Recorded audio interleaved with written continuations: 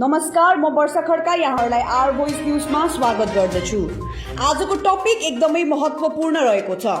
आज हामी नाइरोबी फ्लाईको बारेमा कुरा गर्नेछौँ। के हो त नाइरोबी फ्लाई, यसले के हानि पुर्याउँछ, यो कस्तो हुन्छ अनि यो कतिको खतरनाक छ। नाइरोबी फ्लाई एक किरा हो जुन चाहिँ मूल साउथ अफ्रिकामा पाइन्छ र यो लगभग 7 देखि 8 मिलिमिटरको हुन्छ। यस किराले आफ्नो पुच्छरमा पोइजन बोक्ने गर्दछ।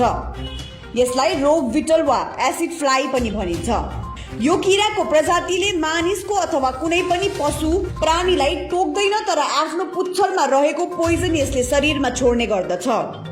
यो किरा विशेष मनसुन सिजनमा पाइन्छ भने यो किरा घर वरिपरि, आँगनमा, घरको खिड्की, दैलोमा कहीँ पनि पाउन सकिन्छ। त्यसैले आफै बाँच्नको निम्ति सावधानी अपनाउन आवश्यक छ।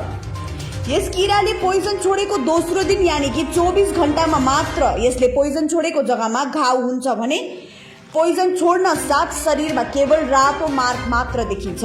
यसको उपचार ढिलो गरेमा दिनबदिन घाउ बढेर पनि जान सक्छ र पोइजन छोडेको याद पाउन साथ यसमा दबाई लगाए यो घाउ छिट्टै सुकेर जान्छ। यो किरा यदि तपाईको शरीरमा चढ्छ भने यसलाई शरीरमा नमारेर फुकेर अथवा झट्कालेर हटाउन पर्छ। यदि हामीले यसलाई शरीरमै मार्यौं भने यसबाट निस्केको रगत र पोइजन हाम्रो शरीरमा छोडिन्छ र त्यहाँबाट नै घाउ फैलिएर जान्छ। र यदि तपाईले तपाईको शरीरमा त्यो किरा चढेको याद पाउनुभयो भने तुरुन्तै त्यो जग्गालाई साबुन लगाएर धुएमा त्यसको रियाक्सन कम भएर जान्छ। अहिले घडी सिक्किमको पनि कुनै ठाउँमा यो किराले टोकेर धेरै मानिसहरू बिमारी पनि रहेका छन्।